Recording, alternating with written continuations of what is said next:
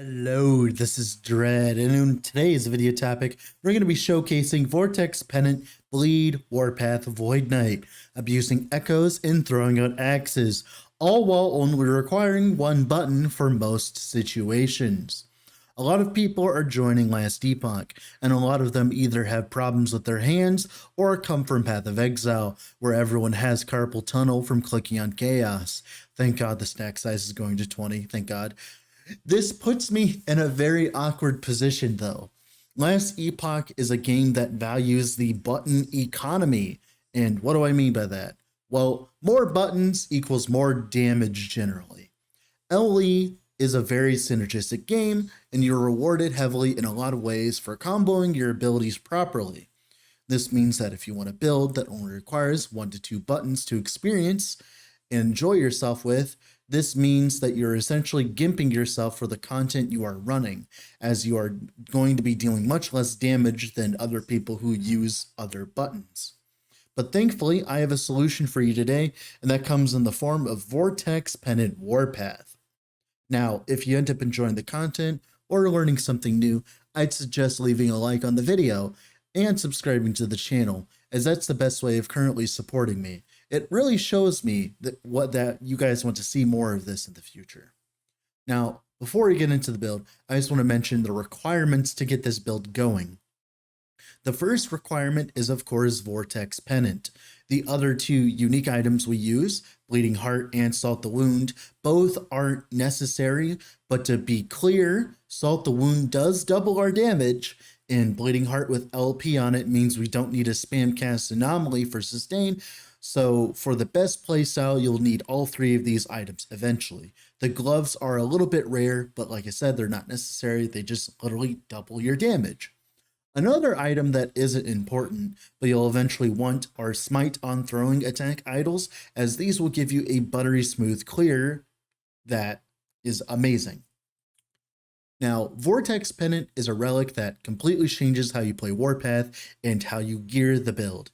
It lets you throw an axe out at enemies per second while channeling. You can increase the frequency by stacking a lot of increased physical damage percentage.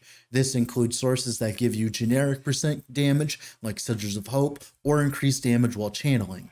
There are a few ways of going around building this relic, but for today we will be focusing on a bleed variant as I like it the most.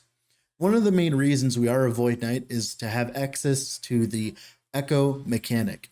This allows us to create more warpaths that spin in place. These all copy your Vortex Pennant's attributes, meaning they also throw out axes, which essentially can triple your axe production. This is one of the main ways to build around the relic, as tripling your investment is very hard to beat. Since we're scaling all of this percent physical on our gear, it means that we can go bleed. Bleed recently got a small hit with the ailment rework, but it did not get hit as hard as the other ailments, meaning it can still put up some numbers that are not pathetic. Having percentage physical on our gear scales by multiple ways, as not only does the percentage physical affect our dots we're applying, it also increases the frequency of our axes, which means bleeds has one of the highest synergies with this item. You could go crit and use base crit and fizz penetration in Warpath with Cyclone of War to go with crit throwing damage, but that's another build for another day. The last pizzazz that we use to make this build function are Smite on throwing attack idols. Yes, axes count towards this, meaning that we can spam a bunch of smites while clearing and doing single target, meaning that we have 3 hits contributing to our damage: Warpath itself, smites, and axes.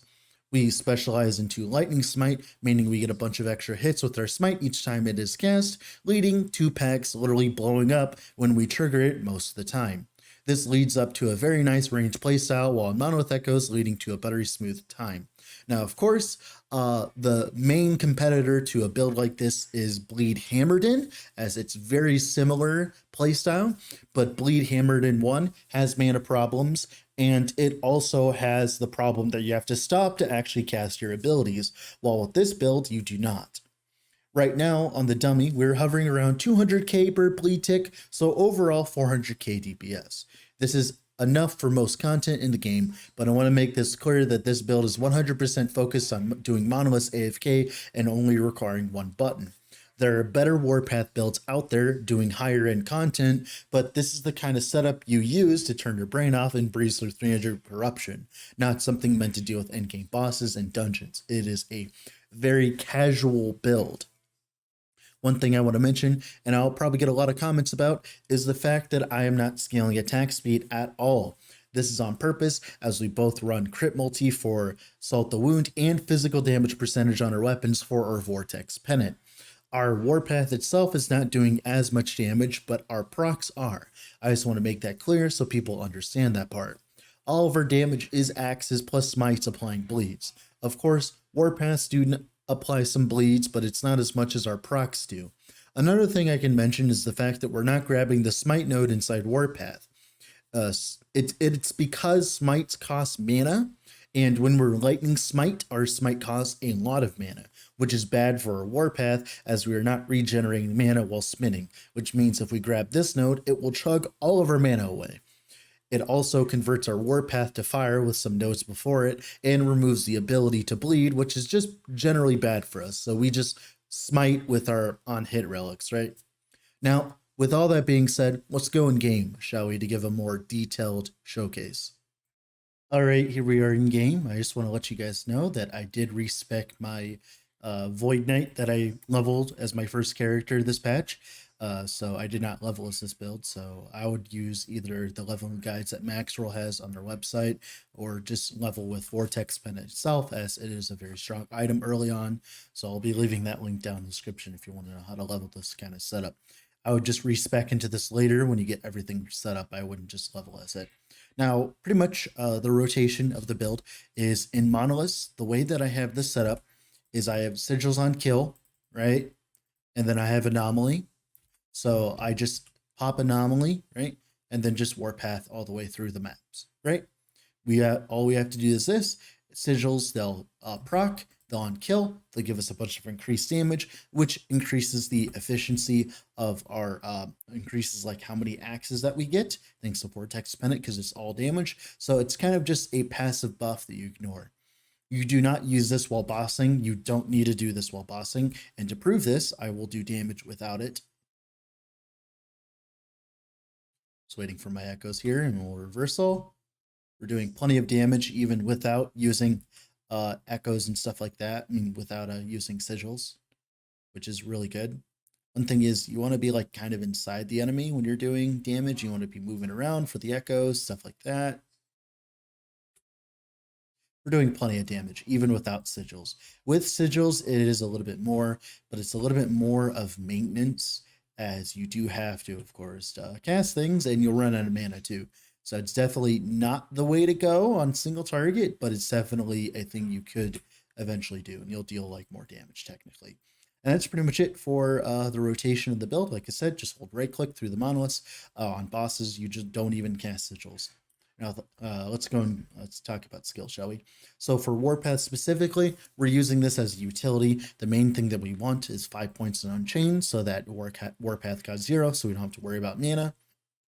We don't grab Reckless Spin because there's no point in grabbing Reckless Spin, as we don't really care that much that the fact that like we're spending so many points in Unchained, and we don't want to take the negative 30 LURES hit for no reason.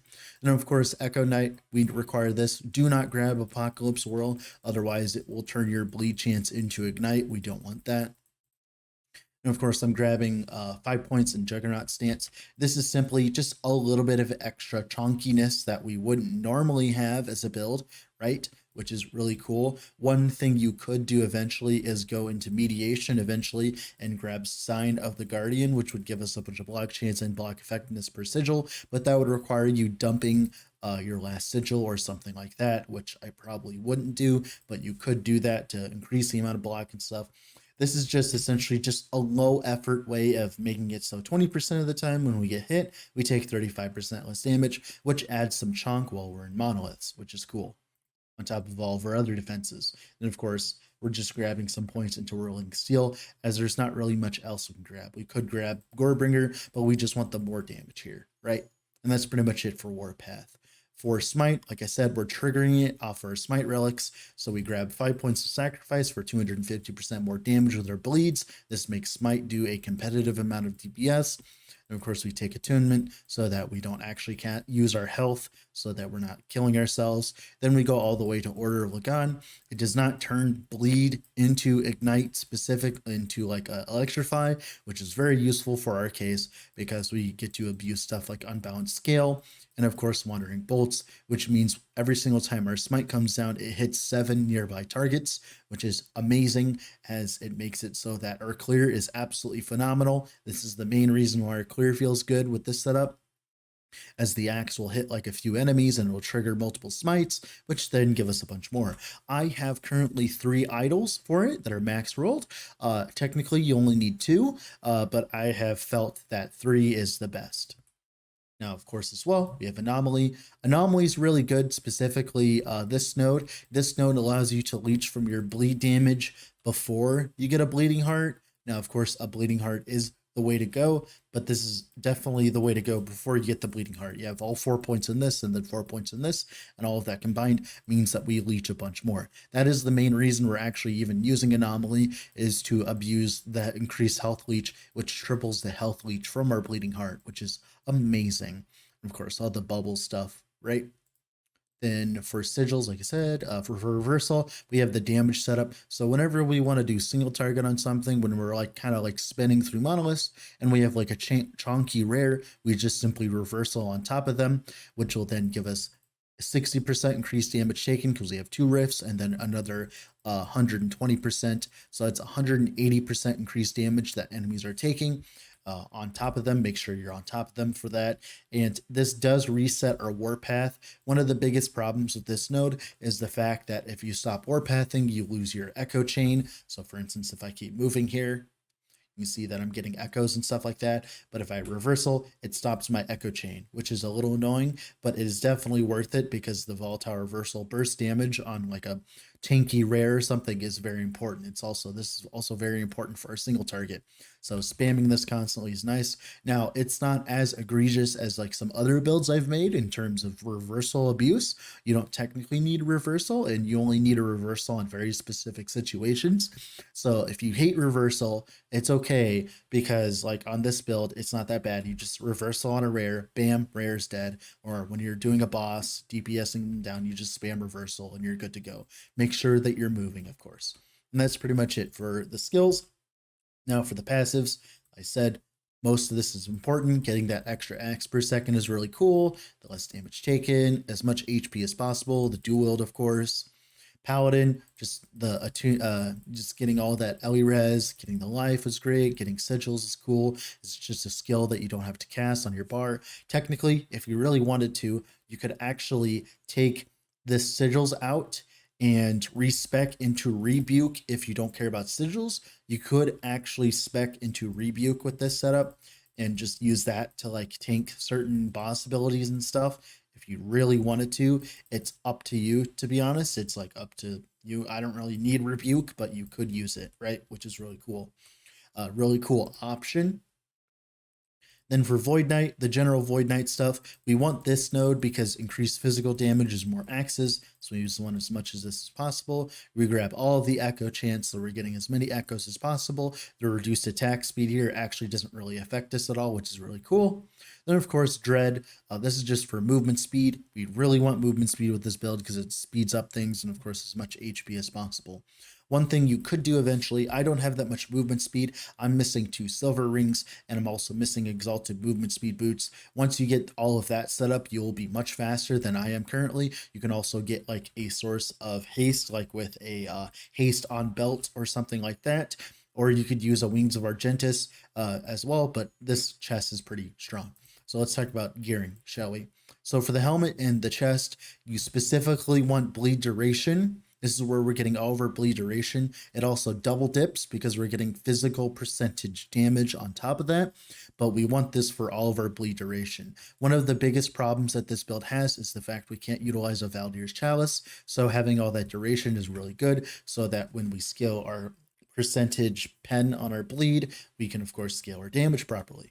Another affix that is very strong as well is chance to bleed while wielding an axe. This is very strong, as one of the biggest problems that this build has is getting generic bleed chance. So right now I have generic bleed chance on my Dragonbone axe. I have generic bleed chance on my katana.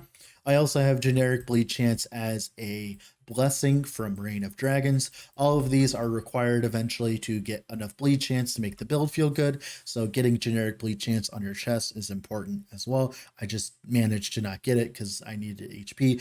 In theory, that spell damage could actually just be, of course, bleed chance while wielding an axe.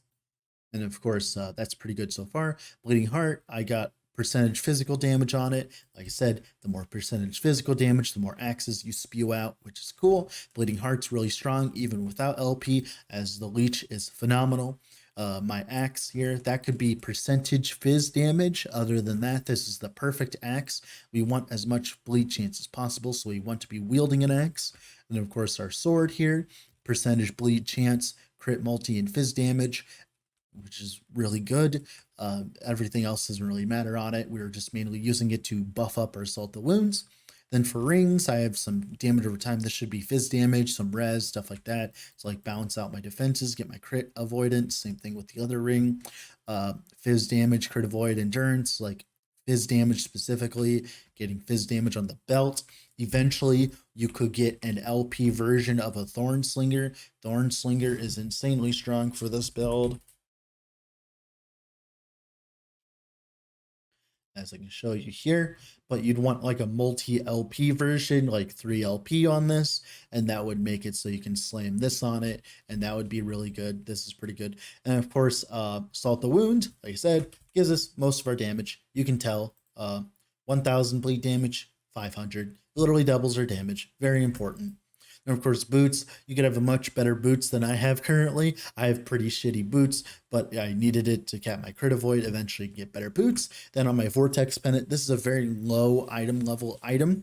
So you can get like a bunch of stats on it with LP eventually. That increased fizz damage while dual wielding is very important, as it gives us even more fizz damage. So overall, this is very strong for us. Like I said, the fact that it's such a low OP.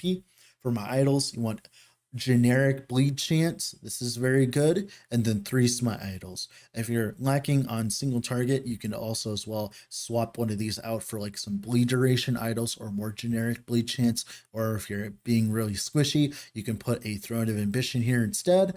Either way, all of that works. This build's pretty flexible with what you want to do with it. Now, with all that being said, this has been Dread. Off to go work on something else. Bye.